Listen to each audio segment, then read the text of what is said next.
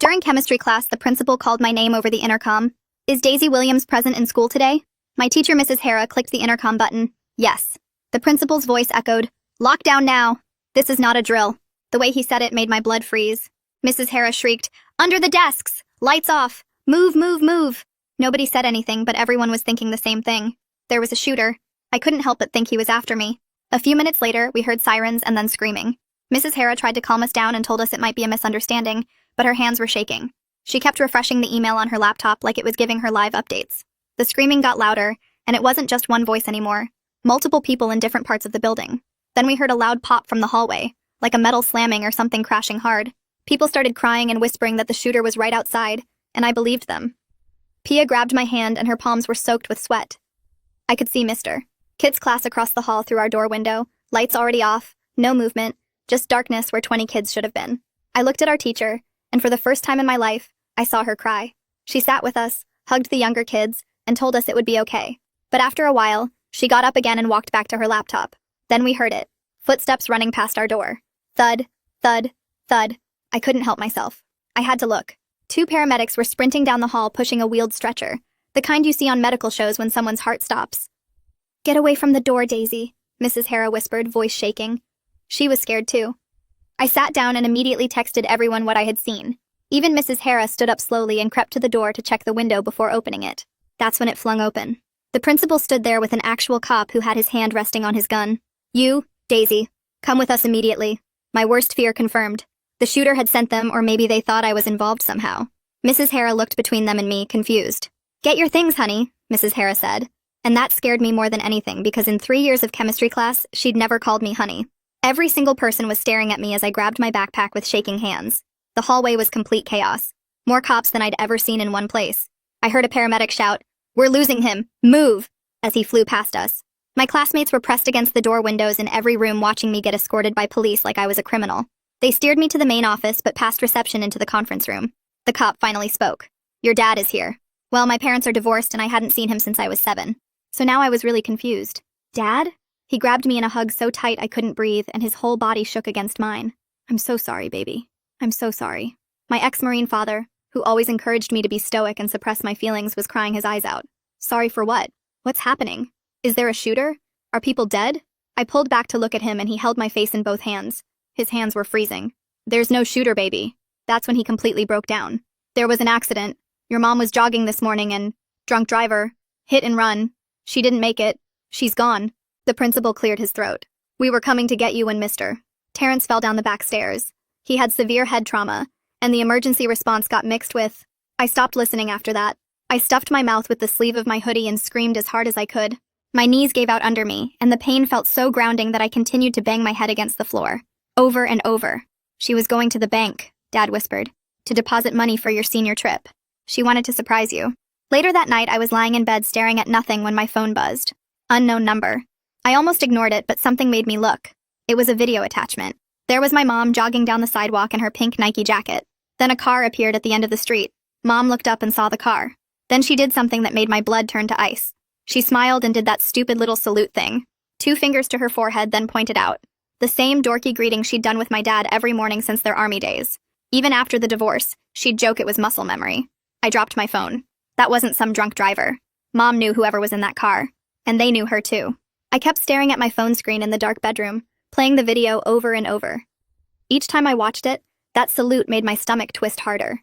Mom's hand went up to her forehead, 2 fingers out, then she pointed forward with this little smile on her face. The 10th time I watched it, I noticed something else. The car slowed down for just a second when she did the salute, like the driver was making sure it was really her. My hands wouldn't stop shaking. I couldn't sleep after that, so I grabbed my laptop from my desk and started searching online. First I typed 2-finger salute military, and got tons of results. It was called a scout salute, something veterans did as an inside greeting to recognize each other. The articles said it was like a secret handshake for people who served together.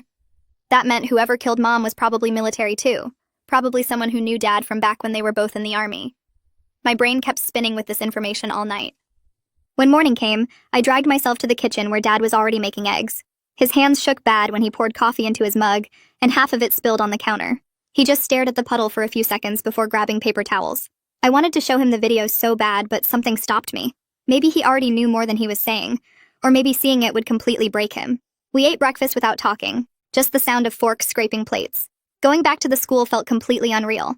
Everyone stared at me in the hallways like I might shatter into pieces. Some kids whispered when I walked past.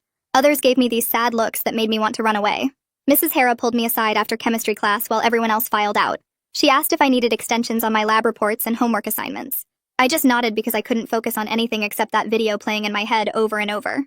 At lunch, Pia found me sitting alone in the corner of the cafeteria. She wrapped me in this huge hug that lasted forever, and I started crying again even though I thought I was out of tears. She didn't ask any questions or try to make me talk. She just sat there with me while I tried to eat the sandwich Dad packed, but it tasted like cardboard in my mouth. Every bite was hard to swallow. I couldn't handle being at the school anymore, so I skipped last period and walked to the street where Mom died. There were flowers everywhere, some fresh and some wilting in the rain that had started falling. People had left cards and notes saying how sorry they were. The rain made everything smell like wet paper and dying plants. I noticed fresh tire marks on the pavement that the rain hadn't washed away yet. They curved slightly, like the car had swerved toward the sidewalk on purpose. That evening back home, I finally worked up the courage to text the unknown number back. My fingers typed, "Who are you?" and I hit send before I could chicken out. 3 dots appeared immediately, showing someone was typing on the other end. The dots stayed there for almost a minute, then disappeared completely. No message came through, but at least I knew someone was watching. Someone who wanted me to know the truth. Dad ordered Chinese takeout for dinner, getting all of Mom's favorite dishes even though she wasn't there to eat them. We sat at the table with way too much food between us. After a while, he started telling me about their first date at a Chinese restaurant near the army base. He said Mom ordered everything too spicy and pretended it didn't burn her mouth because she wanted to look tough. His voice cracked when he talked about how she chugged 3 glasses of milk when she thought he wasn't looking. Then he excused himself to the bathroom and I heard him crying through the door. Later that night, I heard him on the phone in his office. His voice was angry and he kept saying things about keeping quiet and not stirring up trouble. I crept closer to the door to listen better. He mentioned something about old debts and obligations. Then he saw my shadow under the door. He hung up fast and opened the door, telling me it was just insurance company stuff about Mom's policy. But insurance companies don't call at 10 at night, and they definitely don't make Dad sound that scared. The next morning at the school was even worse than the day before. Rumors were flying everywhere about why I got pulled from class during the lockdown. Kids made up crazy stories about what happened. Some said my mom was involved in something illegal. Others said she owed money to bad people. This one kid actually came up to me in the hallway and asked if my mom was the shooter from the lockdown. I had to walk away before I punched him in his stupid face. My fists were clenched so tight my nails left marks in my palms. Study hall was next and I couldn't focus on homework, so I pulled out my phone and started searching. I typed hit and run, plus our town name into Google over and over with different dates. Most results were about other accidents from years ago. But then I found it. A tiny news article from 2 days ago with just 3 sentences about Mom being struck while jogging on Maple Street. The article said police were investigating and asked anyone with information to call the station. That was it. No mention of the driver or the car or anything useful. I opened a new document on my phone and started typing everything I knew. The time was 6:47 a.m. according to the police report Dad showed me. The location was Maple Street near the intersection with Oak. Mom did that salute thing which meant she knew the driver. Someone sent me that video from an unknown number. Looking at my list made me realize how little I actually had. Just a bunch of questions and one grainy video that proved Mom recognized her killer. After school I couldn't go straight home, so I walked the long way past First National Bank where Mom was heading that morning. The second I walked in, the teller at the first window looked up and her eyes got watery. She came around the counter and hugged me, which felt weird since I'd never met her before. She told me Mom came in every week and always talked about me. She said Mom was so excited about surprising me with money for the senior trip to Washington, D.C. Mom had been saving for months and was going to deposit the last payment that morning. The teller kept apologizing like it was somehow her fault Mom never made it to the bank. I left feeling worse than before because now I knew Mom died trying to do something nice for me. That night I was doing homework when my phone buzzed with another text from the unknown number. This time it was just an address with no message. I recognized the street name immediately because it was only 2 blocks from where Mom got hit. My hands started shaking as I stared at the address. Someone wanted me to go there and they'd already shown me they had information about Mom's death. I told Dad I was going to Pia's house to work on a group project. He barely looked up from his laptop where he was filling out insurance forms. I grabbed my bike from the garage and pedaled as fast as I could to the address. It was a small brick house with a perfectly kept lawn and one of those video doorbells pointing at the street. That's when it clicked in my brain. This doorbell camera would have recorded any cars driving past that morning. My legs felt weak as I walked up to the door and rang the bell. An older woman with gray hair pulled back in a bun opened the door and looked at me for a long moment. She asked if I was alone, and when I nodded, she stepped aside to let me in. She said her name was Georgia Rhodes and she'd been expecting me. Her living room had plastic covers on all the furniture and smelled like those plug-in air fresheners. Georgia kept looking out the window through the blinds like she was checking for someone.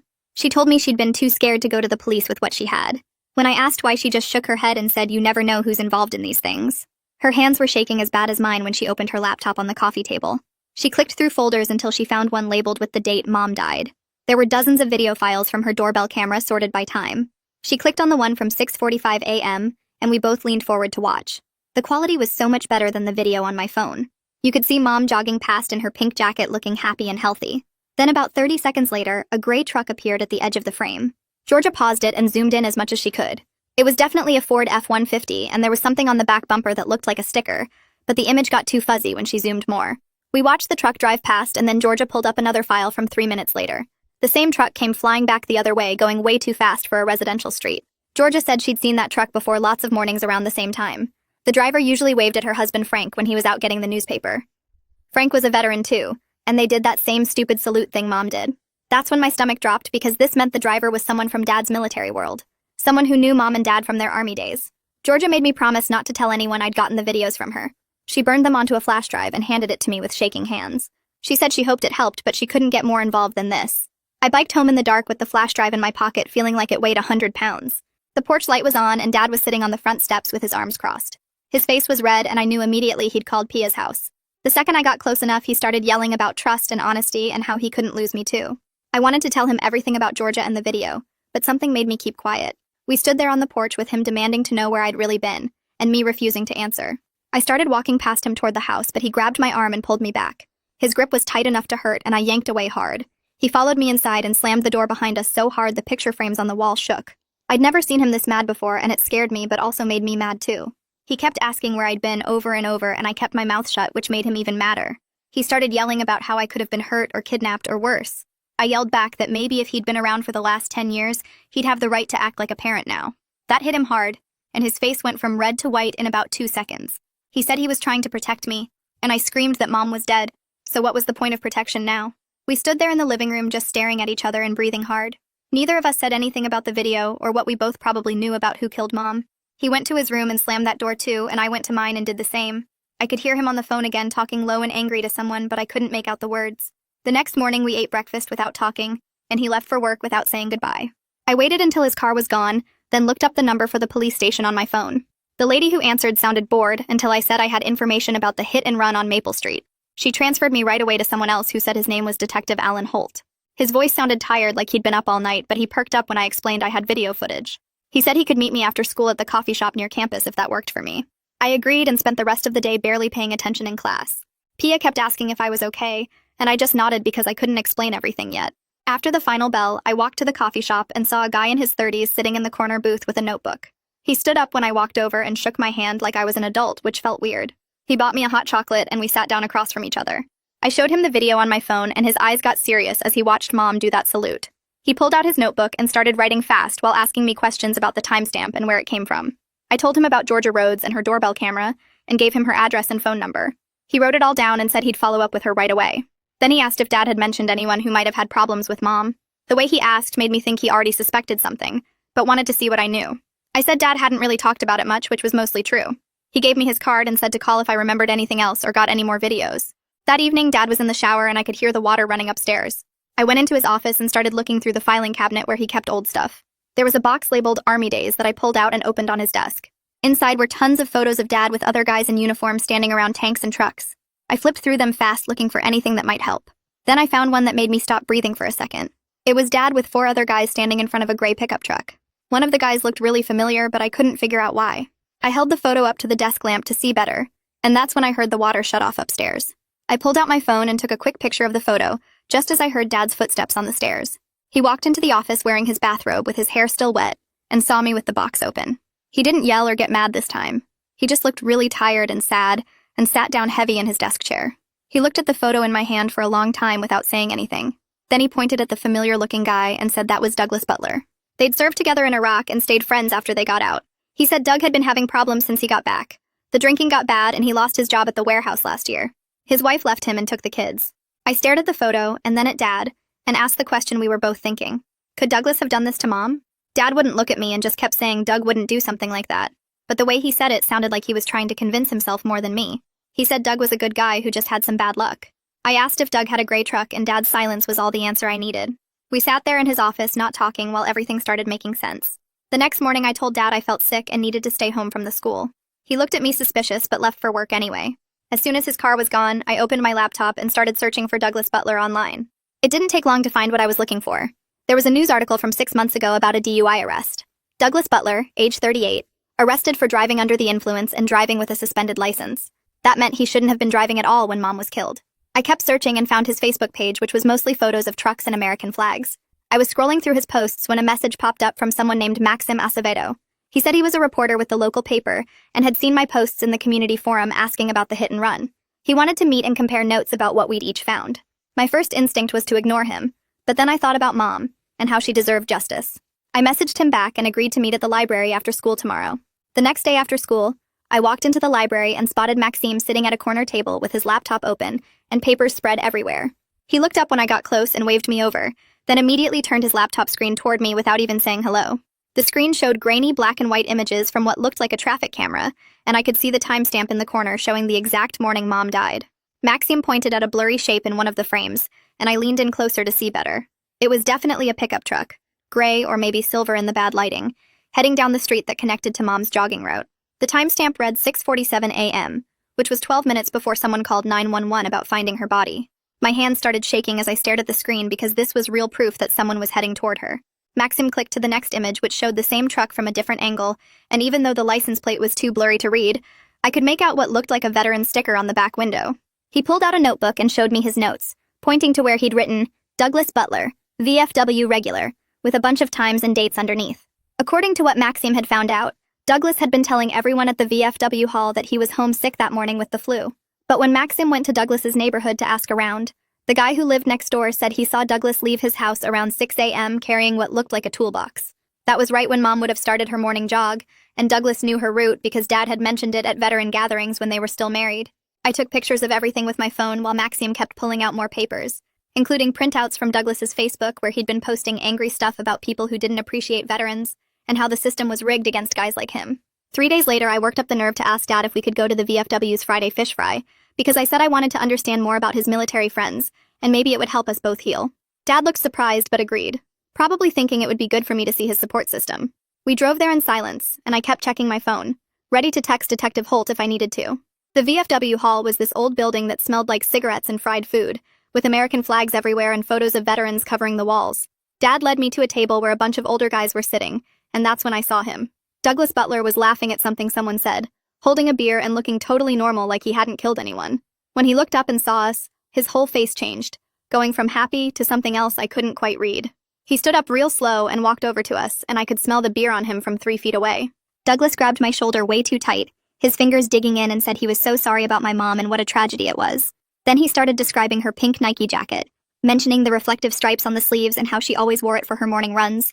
Details that made my stomach turn because there was only one way he could know that stuff so perfectly. I pulled away from his grip and said I needed to use the bathroom, then practically ran down the hallway past all the military photos and award cases. Once I was locked in the bathroom stall, I pulled out my phone and texted Detective Holt that Douglas was here at the VFW and he'd just described Mom's jacket perfectly. Holt texted back immediately telling me to leave right now, that he was on his way, but I was already walking back toward the main room because I needed to see what would happen next. When I got back to the table, Dad and Douglas were deep in conversation, their heads close together and voices low. Douglas was saying something about obligations and old debts while Dad looked like he might throw up, his face all pale and sweaty. I heard Douglas mention something about a loan and keeping quiet about certain things that happened overseas, and that's when I realized there was some whole history between them I'd never known about. Dad saw me and tried to act normal, but his hands were shaking when he picked up his water glass.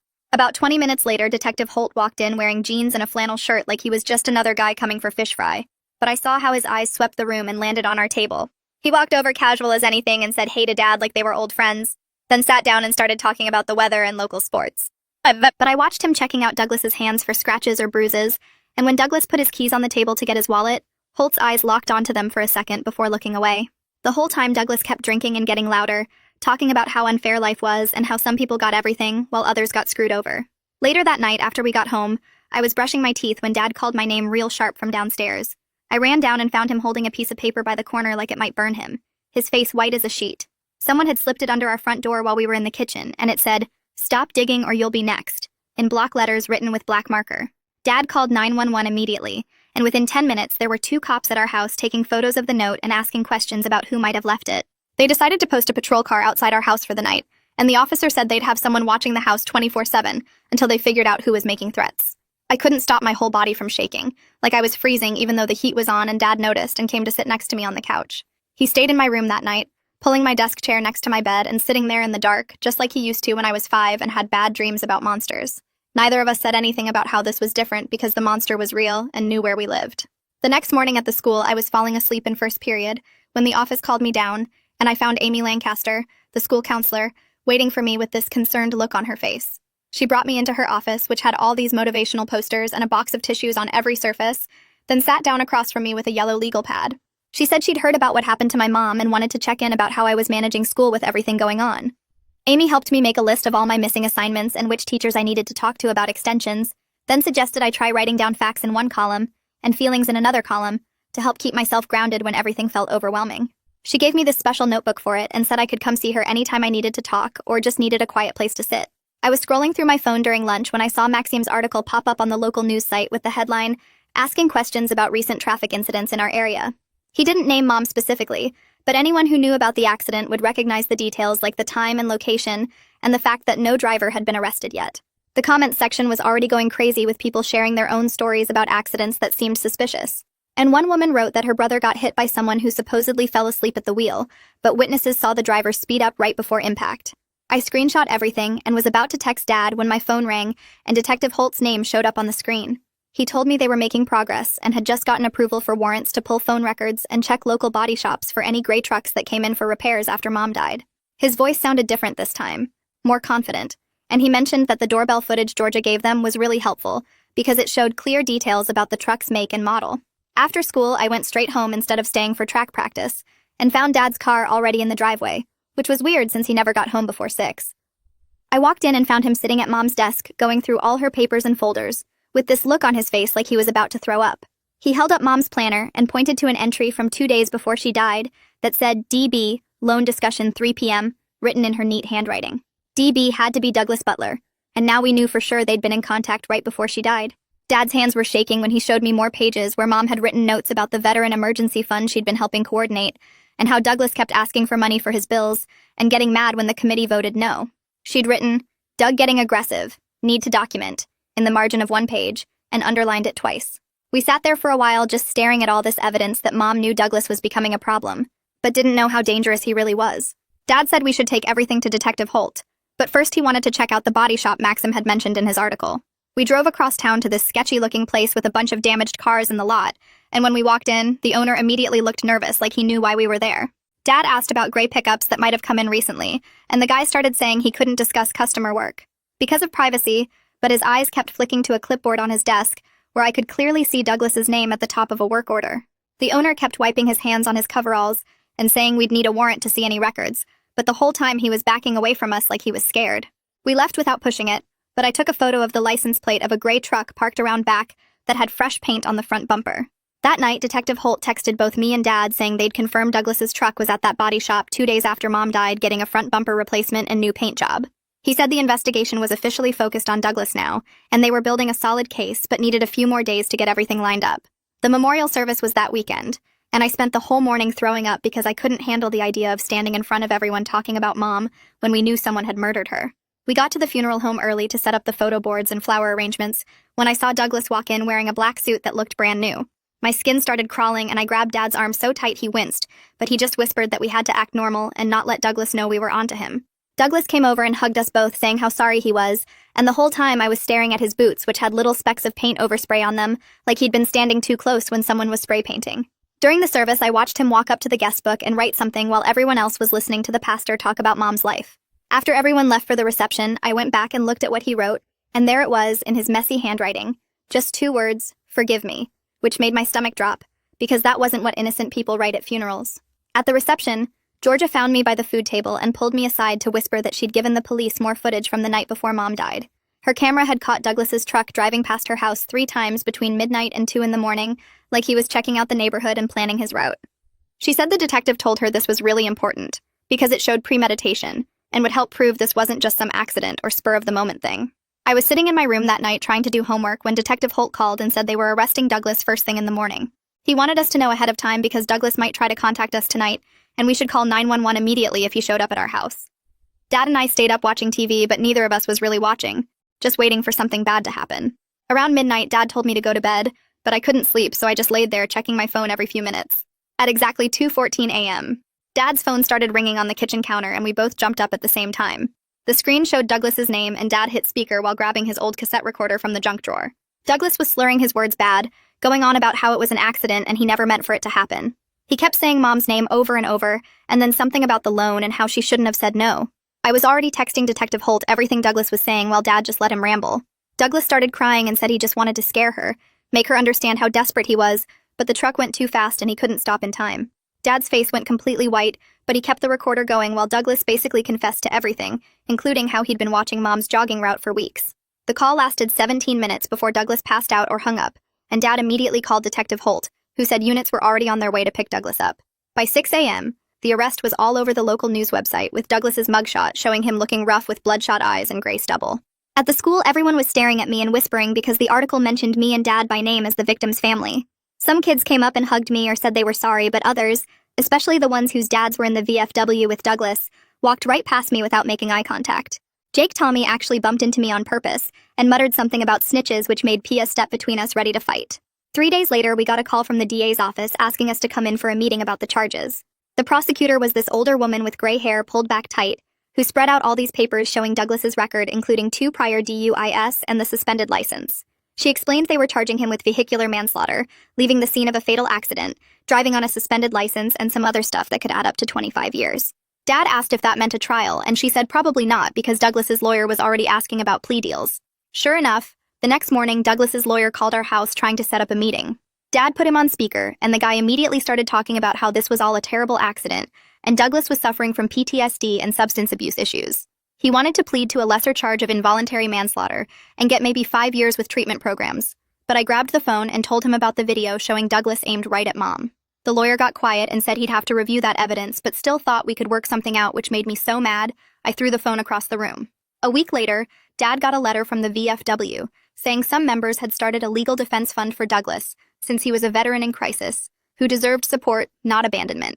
Dad sat at the kitchen table for an hour writing a response explaining why he couldn't stay silent about his friend murdering his ex-wife, even if it meant losing his whole community. He mailed it, but also posted it on Facebook, which caused this huge fight with people taking sides and calling each other traitors. 2 weeks into all the legal stuff, Douglas's wife Linda showed up at our door with a box of papers. She looked exhausted and said she'd filed for divorce and wanted us to know the truth about what Douglas had been saying before Mom died.